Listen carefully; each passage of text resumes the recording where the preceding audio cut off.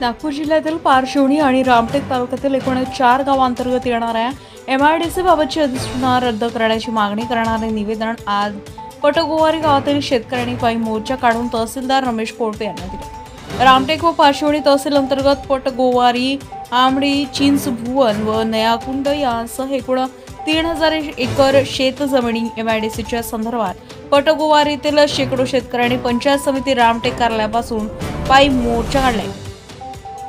या मोर्चात स्थानिक आमदार, सरकारी प्रशासनाच्या निषेधार्थ घोषणाबाजी करत SDO कार्यालयावर मोर्चा काढला। त्यानंतर तहसीलदार रमेश कोळपे यांना शेतकऱ्यांसह प्रहारचे जिल्हाध्यक्ष रमेश कारामोरे आणि पंचायत समिती सदस्य कला ठाकरे यांच्या स्वाक्षरीचे निवेदन देण्यात आले। त्याचा महाराष्ट्र 24 न्यूज करिता पंकज चौधरी, रामटेक, नागपूर। तोपर्यंत MIDC येतपर्यंत आम्ही आता आपल्या मालकीचे स्वतः आणि मालक आहोत आम्ही त्याच MIDCतून जे प्रायव्हेट सेक्टर या कंपनी आहेत तिथं आम्ही चौकीदारीची नोकरी करणार आहोत असा धोरण या इच्छा आमदारांनी राबविलं आहे। तिथे शेतकऱ्यांना न विचारता मग हलगर्जीपणाने MIDC पुष्कळ जागा आहे, मिहानमध्ये पण आहे, तिथं आहे, तिथे इन्व्हेस्टर आले का? आपण बघितलं पांजी म्हणून एक गाव आहे, तिथील याच्या अगोदर काय झालं, काही काळापूर्वी तिथची जागा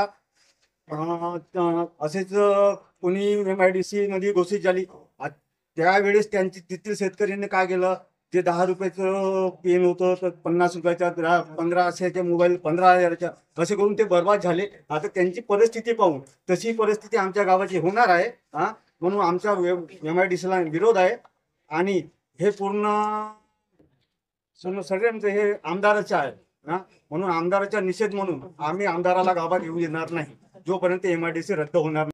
मला समजले की आमची सुपीक जमीन, चांगली जमीन ही MIDC करिता आमदार साहेब यांनी देण्याचा निर्णय घेतला आहे, तरी पण आमच्या त्या गोष्टीला विरोध आहे। आमची जमीन आम्हालाच हवी। मी उदाहरण देतो, एक MIDCची जे शासनाच्या जमिनीवर MIDC घ्या, नाहीतर त्या पुट्टीपुरी साईडला खाली जागा पडलेली आहे ते पूर्ण करा आणि आम्हाला आमच्या जमिनीशिवाय इतर जमीन दुसरी पाहिजे नाही। आमचं गाव आम्हालाच हवं आहे। तर उद्या आमच्या शेतकऱ्याचे पोरं तिथं कंत्राटी कामगार राहतील, मजूर 12-13 हजार रुपयाच्या वरत महिना भेटणार नाही अशी अवस्था तिथं केली जात आहे।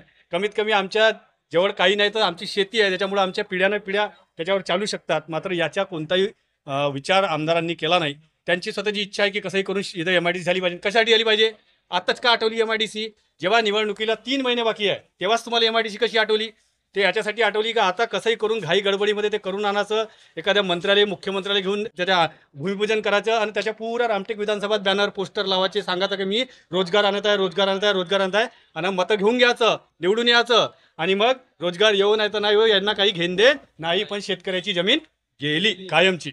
आणि म्हणून बेरोजगाराचा जो मोठा प्रश्न आहे आणि तो गावागावात त्याला प्रश्न विचारला ते रोजगाराचं का केलं, तो प्रश्नापासून लपण्यासाठी, तोंड लपवण्यासाठी आता त्यांनी MIDC हा विषय आणला आहे आणि त्यासाठी पटगोवारी, चिंचभुवन, आमडी, नयाकुंड इथच्या शेतकऱ्याचा जीव घ्यायला आमदार निघाले असा माझा आरोप आहे आणि त्यासाठी आम्ही इथं आंदोलनाला आहे, आज निवेदन दिलं आहे। पुढं समजा शासनाने याच्यावर शेतकऱ्याची बाजू मांडून न घेता किंवा समजून न घेता कारवाई केली तर निश्चितपणे आम्ही रस्त्यावर उतरून आंदोलन केल्याशिवाय राहणार नाही। MIDC आणून ज्या पद्धतीने स्वमालकाच्या जमिनीवर, स्वहक्काच्या जमिनीवर शेतकरी ताटांनी मान उभी करून जगत आहे, त्या सर्व शेतकऱ्यांना MIDC आणून तिथे त्या MIDC मध्ये एक नौकर, एक कामगार बनवण्याचे काम MIDCच्या माध्यमातून होणार आहे।